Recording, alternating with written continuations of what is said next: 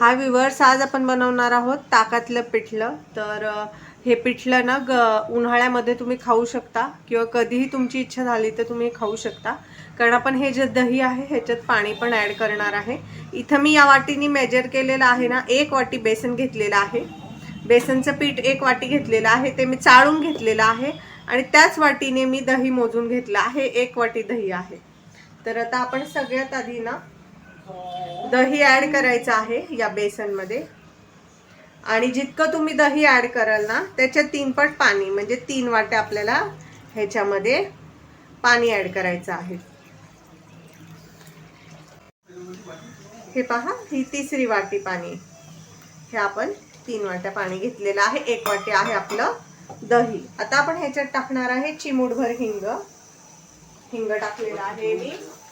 आणि तुम्हाला इथे मी टाकते अर्धा चमचा हळद, आणखी थोडीशी. आणि आता आपण हे जे बेसन आणि दह्याचं जे मिक्सचर आहे ते छान असं एकजीव करून ठेवायचं.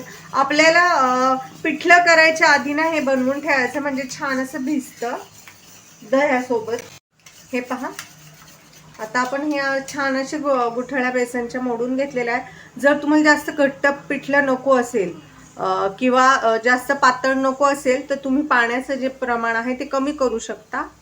आणि फार असं घट्ट नको असेल ना तर पाण्याचं प्रमाण वाढवू शकता. तुम्हाला जसं आवडेल त्यानुसार तुम्ही पिठलं बनवा. इथे मी 1 वाटी दही, 1 वाटी बेसन पीठ आणि 3 वाट्या पाणी घेतलेलं आहे. आपण 3 वाट्या जे आहे पाणी घेतलेलं आहे, 1 वाटी दही घेतलेलं आहे, 1 वाटी बेसन घेतलेलं आहे.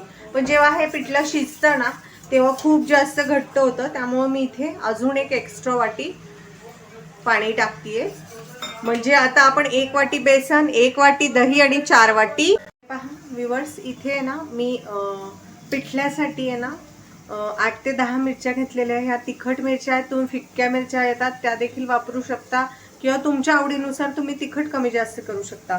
8 ते 10 लसणाच्या पाकळ्या आणि अर्ध्या इंचापेक्षा पण कमी, म्हणजे एक छोटासा आल्याचा तुकडा घ्यायचा. हा मी स्वच्छ धुवून घेतलेला आहे. आता हे आपण बारीक चिरायचं आहे. आता तुम्ही हे जे वाटण आहे हे मिक्सरमध्ये वाटून घेऊ शकता, खलबत्त्यात कुटून घेऊ शकता किंवा बारीक बारीक चॉप पण करू शकता. हे मी मिक्सरला वाटून घेणार आहे. हे पहा, इथे वाटण मी मिक्सरच्या भांड्यात घेतले. जर तुम्हाला गरज लागली तर ह्याच्यात पाणी तुम्ही ॲड करू शकता. हे पहा व्ह्यूअर्स, इथे ना आता मी तुम्हाला दाखवते. मी जाडसर वाटून घेतलेलं आहे. मी ना या वाटणामध्ये अजिबात पाण्याचा वापर केलेला नाही, न पाणी टाकताच हे वाटून घेतलेलं आहे. ह्याच्यामुळे काय होतं ना, थोडे थोडे ना असे तुकडे लसणाचे आणि आल्याचे छान असे दाताखाली येतात पिठलं खातानी. आता आपण हे काढून घेऊया.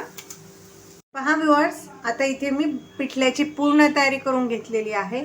इथे आहे आपलं वाटण, आलं, लसूण आणि मिरचीचं. 1 कांदा मी बारीक चिरून घेतला आहे, कढीपत्त्याची पानं आणि बारीक चिरलेली कोथिंबीर. आता आपण पिठलं बनवायला सुरुवात करूया. हे पहा व्ह्यूअर्स, इथे मी कढई घेतलेली आहे. त्याच्यामध्ये ना आपण आपल्या पिठल्यासाठी इथे मी 2 चमचे तेल घेतलं आहे. आता आपण टाकतो ह्याच्यामध्ये अर्धा चमचा जिरं आणि अर्धा चमचा मोहरी. जिरे आणि मोहरी छान आपल्याला तडतडून घ्यायची आहे. आपल्याला हिंग तेलामध्ये तुम्हाला ॲड करायचं असेल तर तुम्ही ॲड करू शकता, पण इथे आपण बेसन पिठामध्ये ऑलरेडी हिंग ॲड केलाय तर मी इथे ॲड करत नाहीये. जेव्हा आपण पीठ भिजवलं दह्यामध्ये तेव्हा आपण हिंग ॲड केलेला आहे. तर आपली छान जिरी मोहरी तडतडून घ्यायची आहे. हे पहा, जिरी मोहरी आपली छान तडतडती आहे. तर आता आपण ह्याच्यामध्ये ॲड करायचं आहे कढीपत्ता आणि त्यानंतर आपण ॲड करायचा आहे कांदा.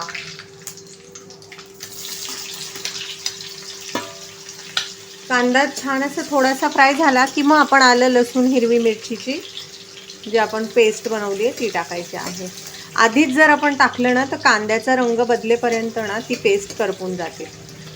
त्यामुळे कधीही कांदा परतल्यानंतरच पेस्ट टाकायची, नाहीतर कांदा हलकासा लालसर ब्राऊन होईपर्यंत पेस्ट जी असते आलं लसणाची म्हणा, मिरचीची म्हणा, पूर्णपणे करपून जाते. आता हे छान असं ना लालसर होऊ द्यायचं आहे आपल्याला कांदा. जास्तही कलर बदलायचा नाही आहे आपल्याला कांद्याचा. हलकासा लालसर व्हायला हवा. हे पहा असा. आता हलका असा लालसर आपला कांदा झालेला आहे.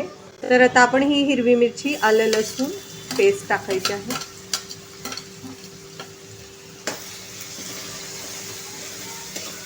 आता ही पेस्ट आपण छान अशी परतून घेऊया तेलावरती. हे पहा. आता 1-2 मिनिटं आपण फक्त हे छान असं परतून घ्यायचं आहे. म्हणजे जे आलं लसूण आपला जो कच्चेपणा आहे आलं लसणाचा आणि मिरचीचा तो गेला पाहिजे. पण कलर जास्त बदलू द्यायचा नाही ह्याचा, पण छान असं परतून घ्यायचं आहे. आणि आपल्याला बेसन टाकायचं आहे त्यामुळे हे परत एकदा तळाशी हलवून घ्यायचं आहे छान. दही आणि बेसन आपलं आणि पाण्याचं मिक्सचर. आता ह्याचा कलर देखील छान असा थोडासा बदललेला आहे. हे पहा.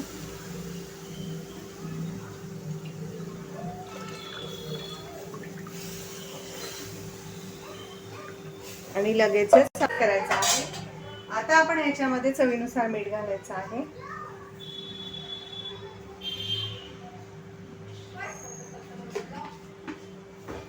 हे पहा.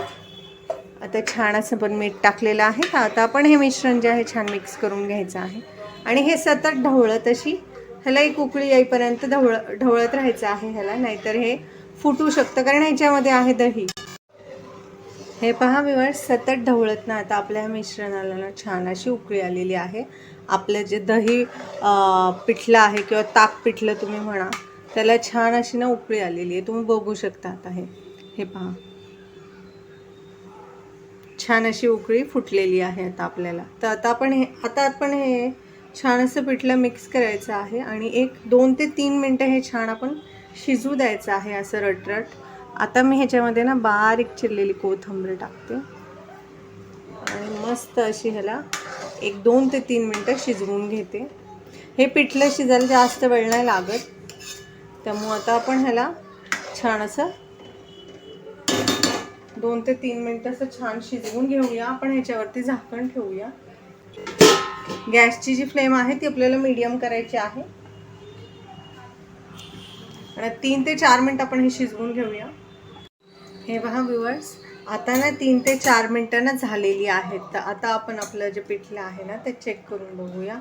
आता आपलं पिठलं रेडी झालेलं असेल. हे पहा. हे बघितलं तुम्ही किती छान आणि मस्त असं घट्ट झालंय. म्हणून ह्याच्यामध्ये मी 1 वाटी बेसन, 1 वाटी दही आणि 4 वाट्या पाणी घातलेलं आहे. तुम्हाला जर हे बेसन पीठ घट्ट वाटलं तर तुम्ही ह्याच्यात आणखीन पाणी ॲड करू शकता. आता आपलं बेसन रेडी आहे. तर मी गॅसची फ्लेम बंद केलेली आहे, कारण हे जे बेसन आहे ना हे थंड झालं ना की हे आणखी घट्ट होतं. त्यामुळं तुमच्या मनावर आहे तुम्हाला किती घट्ट किती पातळ बेसन हवं आहे, त्या प्रमाणात तुम्ही याच्यामध्ये पाणी ॲड करू शकता. आता आपलं बेसन रेडी आहे.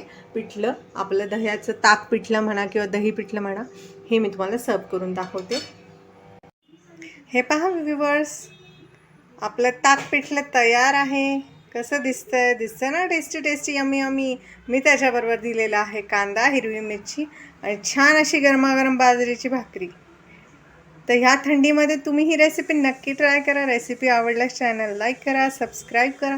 रेसिपी कशी वाटली ते कमेंटमध्ये नक्की सांगा.